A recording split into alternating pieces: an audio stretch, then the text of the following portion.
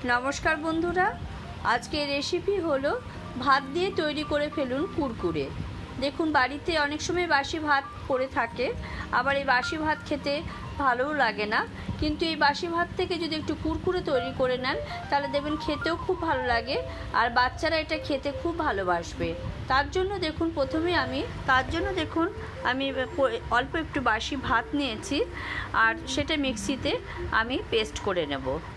देखुन बासी भातटा पुरोटाई दिए दिलाम और तार साथे अल्प एकटु जल दिलाम, दिए एटा भालो करे पेस्ट करे निलाम। देखुन এইভাবে पेस्ट करे निते हबे।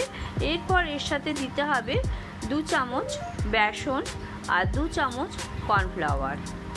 देखुन 2 चामच बेसन और 2 चामच कर्नफ्लावर और तार साथे अल्प एकटु नुन और बीट नुनटा किन्तु अवश्यई देबेन।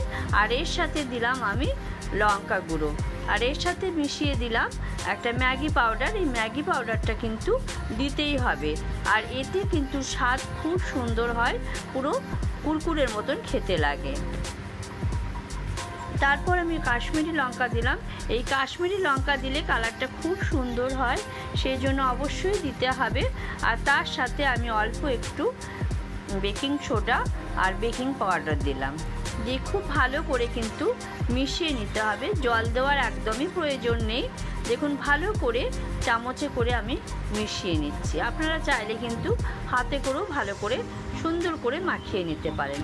দেখুন খুব ভালো করে এইভাবে মেশাতে হবে সমানে, खूब भालो करे फेटिए नेबेन। देखुन मिक्स करा खूब भालोभाबे हये गेछे। এই সময় আমি আবার অল্প করে একটু কাশ্মীরি লঙ্কা দিলাম। একটু লাল কালারটা আসলে দেখতে ভালো লাগে, তাই দেখুন অল্প পরিমাণে কাশ্মীরি লঙ্কা দিলাম, দিয়ে আবার ভালো করে মিশিয়ে নিচ্ছি। এইভাবে কিন্তু বারে বারে মিশিয়ে নিতে হবে। খুব বেশি মশলার কিন্তু দরকার নেই, তবে ম্যাগি মশলাটা কিন্তু অবশ্যই দেবেন, তাহলে খুব ভালো লাগবে।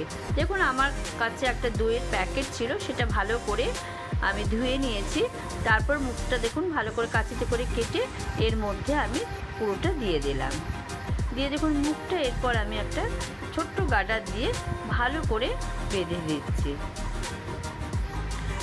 এরপর আমি কড়াইয়ে তেল গরম করতে দিলাম।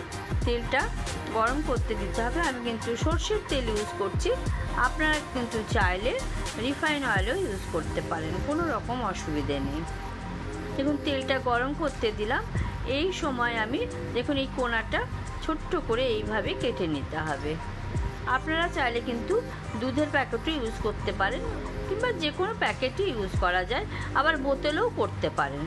দেখুন এরপর আমি কুরকুরে আকারে সমানে এইভাবে দিয়ে দিচ্ছি।